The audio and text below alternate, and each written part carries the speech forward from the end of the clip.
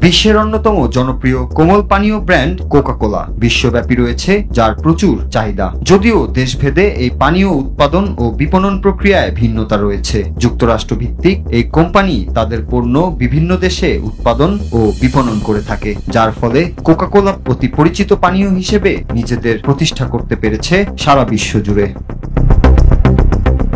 যুক্তরাষ্ট্রের ভোক্তাদের জন্য কোকা-কোলা উৎপাদন করা হয় যুক্তরাষ্ট্রেই, আর সেই উৎপাদন প্রক্রিয়ায় পরিবর্তন আনার কথা বলছেন যুক্তরাষ্ট্রের প্রেসিডেন্ট ডোনাল্ড ট্রাম্প। ট্রাম্প বলেছেন, যুক্তরাষ্ট্রে বিক্রি হওয়া কোকা-কোলার পানীয়গুলোতে এখন থেকে প্রকৃত আখের চিনি ব্যবহৃত হবে।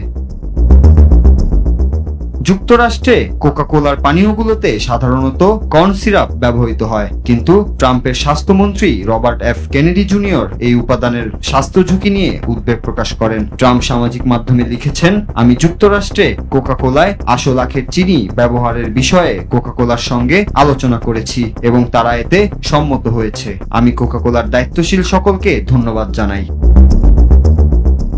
তবে রেসিপির এই পরিবর্তনের কথা সরাসরি নিশ্চিত না করলেও কোকা-কোলার একজন মুখপাত্র বলেন, প্রেসিডেন্ট ট্রাম্পের আগ্রহের জন্য আমরা তার প্রতি কৃতজ্ঞ। আমাদের কোকা-কোলা পণ্যের নতুন উদ্ভাবনী সংস্করণ সম্পর্কে বিস্তারিত শিগগিরই জানানো হবে।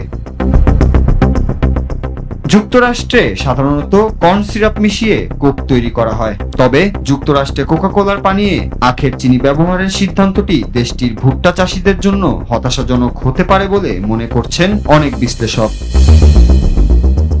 সবচেয়ে মজার বিষয় হলো, ট্রাম্প নিজে নিয়মিত ডায়েট কোক পান করেন, যাতে অ্যাসপারটেম নামের কৃত্রিম সুইটেনার থাকে। গত মেয়াদে প্রেসিডেন্ট থাকাকালে ওভাল অফিসের রেজলিউট ডেস্কে তিনি এমন একটি বোতাম বসিয়েছিলেন যেটি চাপ দিলেই তার জন্য ডায়েট কোক এনে দেওয়া হতো।